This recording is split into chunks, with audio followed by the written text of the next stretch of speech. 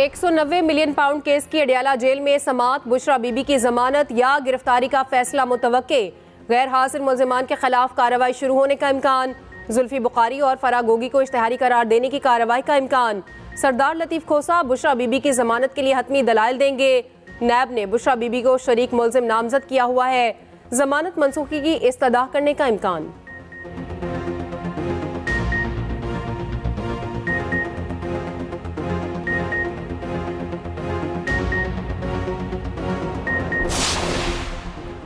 Toshakhana reference election commission के फैसले के खिलाफ अपील वापस लेने की दरख्वास्त मुस्तरद। Chief justice Islamabad high court ने महफूज फैसला सुना दिया। साबिक चेयरमैन पीटीआई ने 21 अक्टूबर 2022 के फैसले के खिलाफ अपील दायर की। लाहौर हाई कोर्ट में भी अपील ज़ेर इल्तवा। इस्लामाबाद हाई कोर्ट से वापस लेने की दरख्वास्त दायर की गई। 13 सितंबर को फरीकैन के दलाल के बाद अदालत ने फैसला महफूज किया था।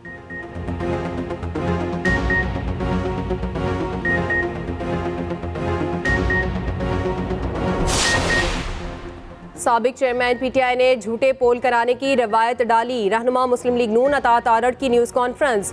कहा 3 दिसंबर को करप्शन पर पोल कराया गया। साबिक चेयरमैन पीटीआई का नाम ही शामिल नहीं था। 2300 अकाउंट्स को सर्च किया तो 1700 पीटीआई के निकले।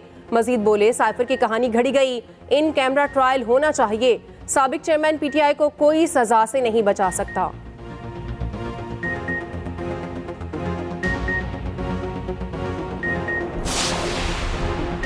सुप्रीम कोर्ट बलोचिस्तान में मर्दमशुमारी के खिलाफ अपील पर समाअत। सुप्रीम कोर्ट ने एडिशनल अटॉर्नी जनरल और एडवोकेट जनरल बलोचिस्तान से जवाब तलब कर लिया। जस्टिस एजाजुल हसन ने रिमार्क्स दिए। कामरान मुर्तज़ा साहब, आपने जिस वज़ीर आला को मुंतखब किया उसने मर्दमशुमारी पर एतराज़ नहीं किया। अब इसका हल ये हो सकता है कि आइंदा आप लोग इस वज़ीर आला को दोबारा वोट ना दें। केस की समाअत गैर मुअय्यना मुद्दत के लिए मुलतवी कर दी गई।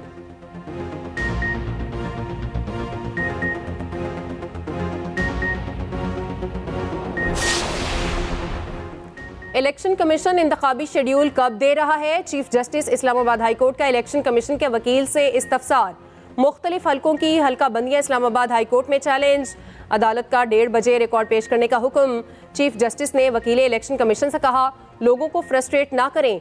हल्का बंदियां चैलेंज हो रही हैं, छोटे छोटे मसाइल हल करें। ये छुट्टियों के बाद लगने वाले केस नहीं है। उधर लाहौर हाई कोर्ट में भी हल्का बंदियों के खिलाफ दरख्वास्त पर समाअत। अदालत ने इलेक्शन कमीशन से 8 दिसंबर को जवाब तलब कर लिया।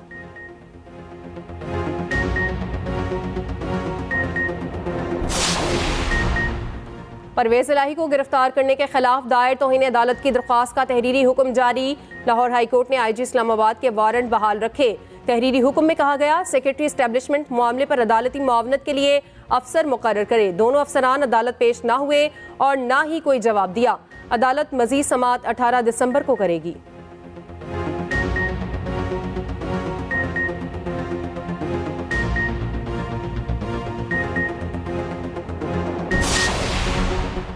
तशद्दुद का शिकार बच्ची रिजवाना का इलाज मुकम्मल। 5 माह बाद अस्पताल से डिस्चार्ज कर दिया गया।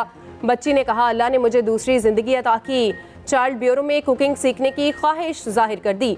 निगरान वज़ीर सेहत ने मीडिया से गुफ्तगू में कहा, 5 माह बाद रिजवाना मुकम्मल सेहत याब हो चुकी है।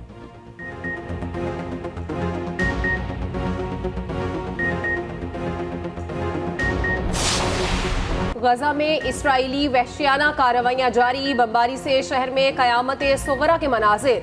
हर तरफ लाशों के ढेर लग गए। एक रोज़ में मजीद 110 फलस्तीनी शहीद।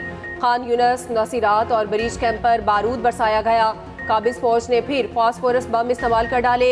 इसराइली टैंकों ने एम्बुलेंसेस पर हमले कर दिए। शहर के 35 में से 26 अस्पताल मुकम्मल तौर पर बंद। बारूद के बायस 1.25 लाख शहरी सांस की बीमारी में मुब्तला। 86,000 फलस्तीनियों का निज़ाम इंतज़ाम जवाब दे गया। शोहदा की मजमूई तादाद 16,000 से ज़ायद हो गई। सहूनी फौज ने 7,000 बच्चों की जिंदगियां निगल लीं। 7,000 फलस्तीनी ताहाल मलबे तले मौजूद। गजा में निहत्ते शहरियों की हलाकतों में इजाफा अमरीका के लिए नो इशू। अमरीकी फैसला साजों ने इसराइल की पुष्पनाही जारी रखने का इंदिया दे दिया। व्हाइट हाउस का इसराइल को असलहे की फराहमी जारी रखने का ऐलान। अमरीकी उहदेदारों ने सेहूनी फौज की पुष्पनाही छोड़ने से इनकार कर दिया। उधर इसराइली अफवाज की जानिब से अमरीकी साख्ता बारूद इस्तेमाल होने का इंकशाफ एमनेस्टी इंटरनेशनल की रिपोर्ट ने दोहरे मेयार अयां कर दिए। रिपोर्ट के मुताबिक अमरीकी साख्ता बारूद के इस्तेमाल से 43 फलस्तीनी शहीद हुए।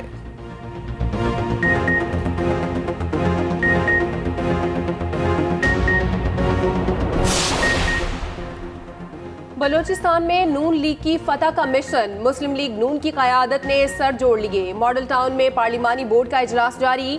बलूचिस्तान से टिकट के उम्मीदवारों के इंटरव्यूज जारी। कायद नून लीग नवाज शरीफ खुद उम्मीदवारों से मुलाकात कर रहे हैं। इजलास में मरियम नवाज और इसहाक डार भी शरीक। जुमे को बहावलपुर और डीजी खान डिवीजन में उम्मीदवार फाइनल किए जाएंगे।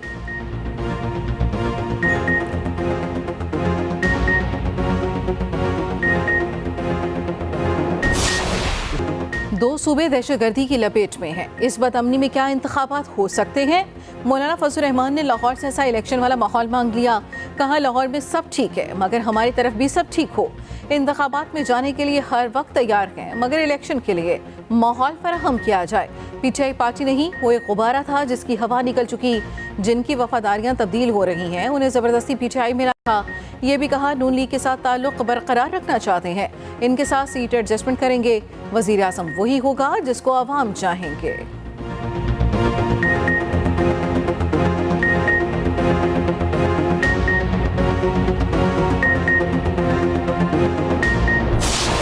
हुकूमत ने IMF का एक और मुतालबा पूरा कर दिया। टैक्स ना देने वाले 8 नॉन फाइलर्स को नोटिस जारी। इनकम टैक्स गोशवारे जमा ना कराने पर बिजली और गैस के कनेक्शन काट दिए जाएंगे। मोबाइल फोन सिम भी ब्लॉक कर दी जाएगी। जराये के मुताबिक FBR ने नादरा के साथ डेटा इंटीग्रेशन के तहत 15 लाख अफराद की तफसील इकट्ठी की। अगले साल जून तक टैक्स दहिंदगान की तादाद 60 लाख तक पहुंचाई जाएगी। फेडरल बोर्ड ऑफ रेवेन्यू ने इनकम टैक्स रूल्स 2002 में तरमीम का फैसला कर लिया। वफाकी और सूबाई महकमों के समेत बैंकों को निज़ाम के साथ मुंसलिक करने की तैयारियां।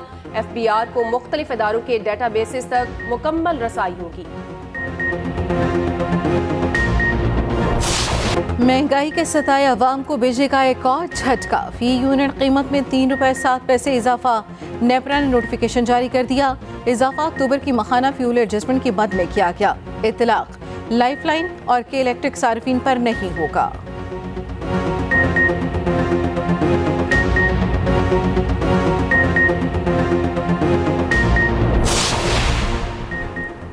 डिस्कोस और पैदावारी कंपनियों के अफसरान की मुफ्त बिजली की सहूलत खत्म। ग्रेड 17 और ऊपर के अफसरान को मुफ्त यूनिट्स के बजाय रकम मिलेगी। वजारत तवानाई ने ऑफिस मेमोरेंडम जारी कर दिया। ग्रेड 17 के ऑफिसर को 15,000 से जायद रकम मिलेगी।